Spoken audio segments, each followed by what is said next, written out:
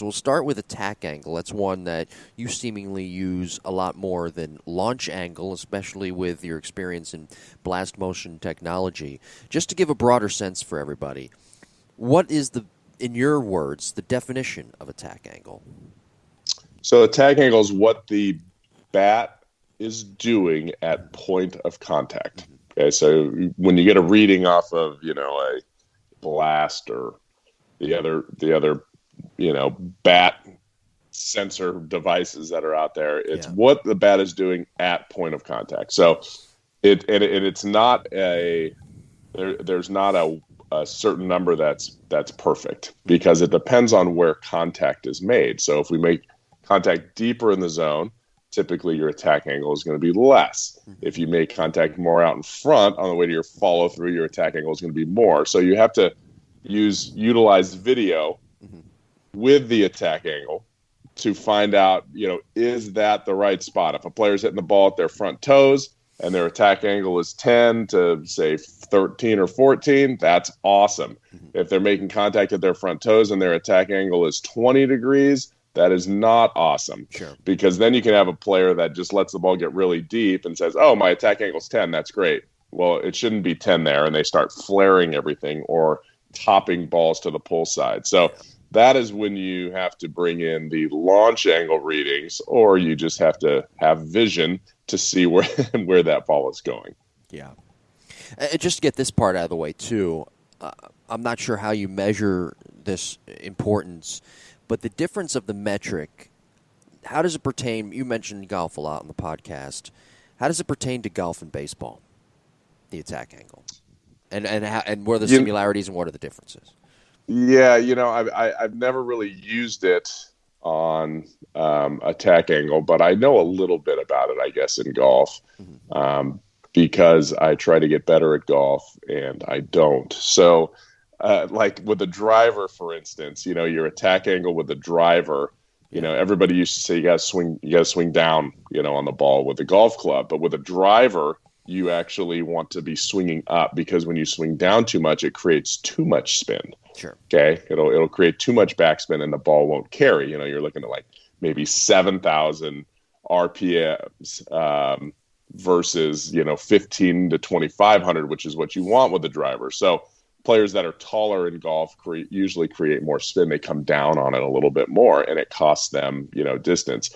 So for baseball, attack angle, I have players that I say, like, for instance, last night I'm working with a player that was very talented here. He's going to play in college here at the lab, and he's a good hitter, right? And he hits balls to right center field. He's a right-handed hitter.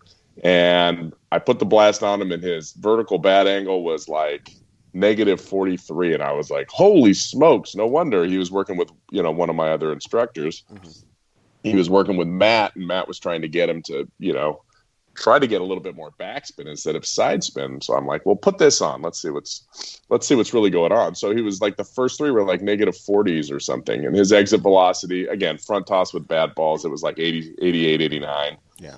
And so I'm like, but his attack angle was good, right? So he was swinging up at like, I shouldn't say it wasn't bad. He was only swinging up at like 3 or 4 degrees. So that's actually a little bit flat. Like he wasn't swinging up very much, but because his vertical bat angle was so steep, he was hitting everything kind of in the air. So I'm like, what we need to do is, because your spin is terrible off the bat, we need to get this 43 degrees to 25 degrees. Can you do that? Right. And he's like, I don't know. So we said, okay, do this, do this, do this. In like 7 swings, he adjusted his vertical bat angle. So instead of it being in the 40s, now it was in the negative 20s. Okay.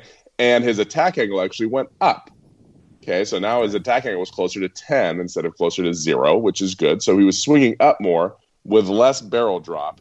And then we had him on the hip tracks as well, right? We're stacking all our technology. Yeah. And all of a sudden his exit velocity went up 4 miles an hour. And then he was like at 91, 92 with his exit velo.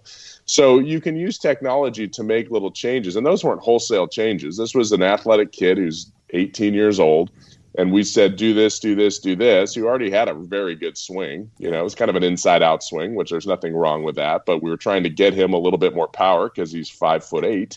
He does hit the ball hard for being 5'8", and then all of a sudden, boom, there's a 3-4 mile an hour boost in exit velocity just by changing a vertical bat angle and an attack angle at the same time. I think you alluded to it right there, but what should the minimum attack angle be, or at least in the vicinity of, for hitters to be successful in different zones? Does that make sense? That's a good question. Yeah, okay. So what would be that minimum attack angle?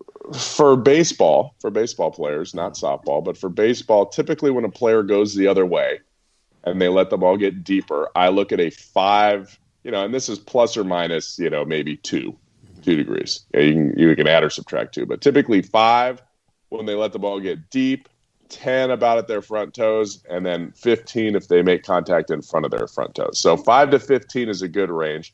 For softball, I'm looking at more like 2 to 12.